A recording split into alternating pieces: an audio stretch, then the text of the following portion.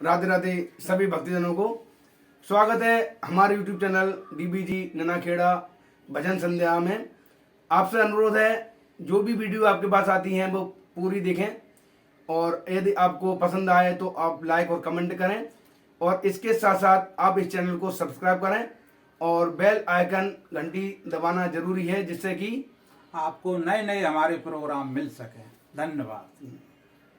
तो जब ब्राह्मणी ने 3 मुट्ठी चावल ला के सुदामा जी को दिए हैं और वो चावलों को लेके सुदामा जी आज द्वारका को चले हैं, रास्ते में सो जाते हैं तो भगवान ने योग माया के द्वारा उठवा लिया है, द्वारकापुरी के करीब बिठा दिया है। एक होली की कहा है, आइए सुनाते हैं। एक पत्नी अपने पति से बोली है,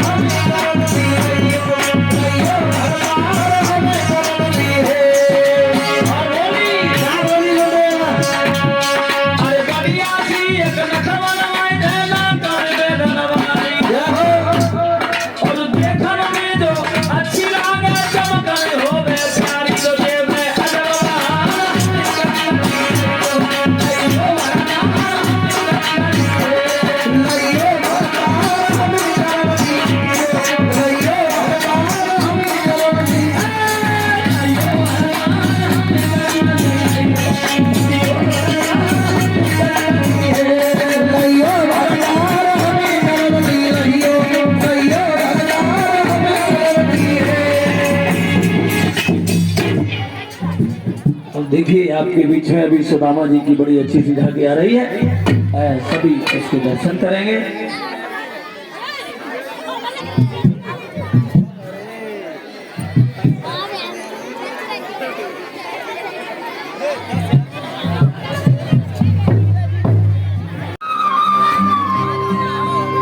गरीबी से बुरा हाल धर्मपत्नी के बार बार कहने पर सुदामा न चाहते हुए अपने बचपन के मित्र कृष्ण से मिलने चला।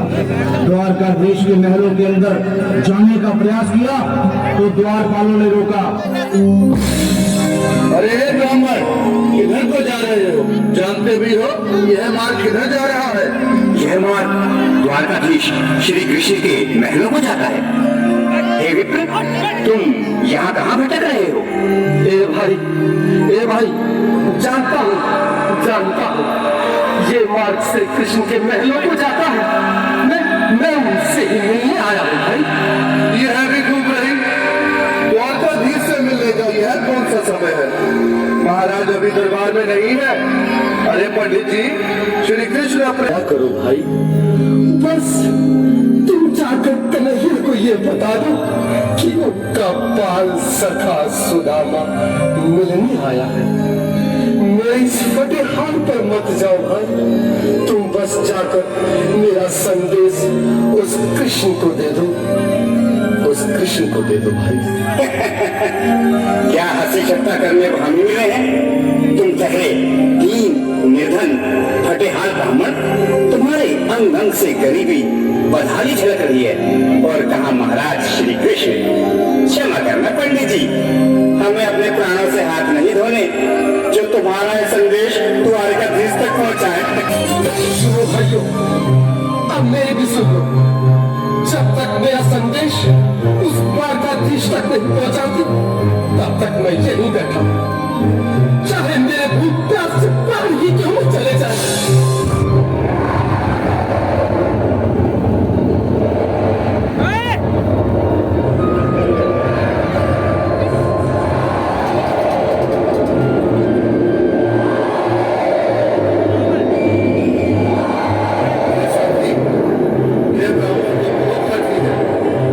हाँ भैया, सुबह से शाम होने को है, पर ये यहाँ से जाने का नाम ही नहीं ले रहा।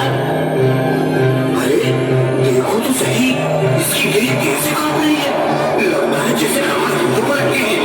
भगवान न करे अगर ब्राह्मण ने यही प्राण त्याग दिए तो, और अगर ये सच में द्वारकाधीश का मित्र हो तो क्या होगा? क्या सही कहते हो।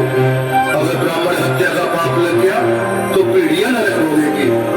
अगर महाराज का मित्र हुआ तो मृत्यु दंड का भय है। अपनी आने वाली पीढ़ियों को नरक में डालने से तो ये संदेश पहुंचाना ही ज्यादा अच्छा है। क्यों ना महाराज का संदेश पहुंचा दें? ऐसे करो, तुम जाओ भैया। तुम जाओ भैया, तुम उम्र में बड़े ठहरे, मेरी बात तो समझो, तुम ही जाओ। देखो भाई, मैं ठहरा बाल बच्चेदार परिवार वाला, मेरे बूढ़े माँ बाप थे, तुम ठहरे कुंवारे अकेले। अच्छा, मैं ही जाता हूँ। बिल्कुल रास्ता दे दे, बिल्कुल बीच में। आज भी लीलाधारी के चेहरे पर मुस्कान है। लगता है जरूर कोई नई लीला रचने वाले हैं। द्वारकाधीश की जय हो। कहो द्वारपाल, इस समय कैसे आना हुआ? महाराज क्षमा चाहता हूँ, पर कारण ही कुछ ऐसा है। द्वार पर एक ब्राह्मण स्वयं को रुक क्यों गए? आगे बोलो। द्वार पर एक गरीब ब्राह्मण स्वयं को आपका मित्र बताता है, आपसे मिलना चाहता है। अपना नाम सुदामा बताता है। सुदामा? क्या कहा? सुदामा? मेरा वास है सुदामा, मेरी बचपन का सुदामा, सुदामा, मेरा मित्र सुदामा, सुदामा।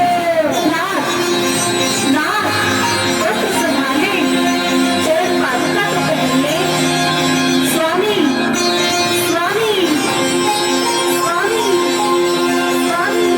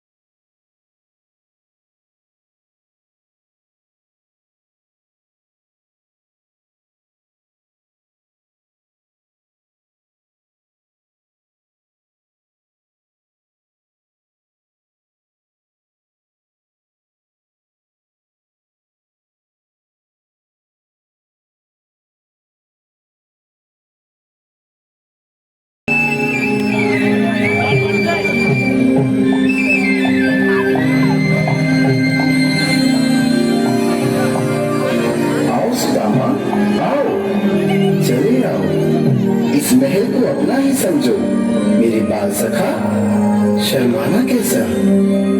चले आओ रुक्मणी, रुक्मणी, मेरे मित्र के स्वागत की तैयारी करो। घबराओ मत सुदामा, सिंहासन पर बैठो। नहीं नहीं, मैं आपके सिंहासन पर कभी नहीं महाराज। ये बात मुझसे न होगा।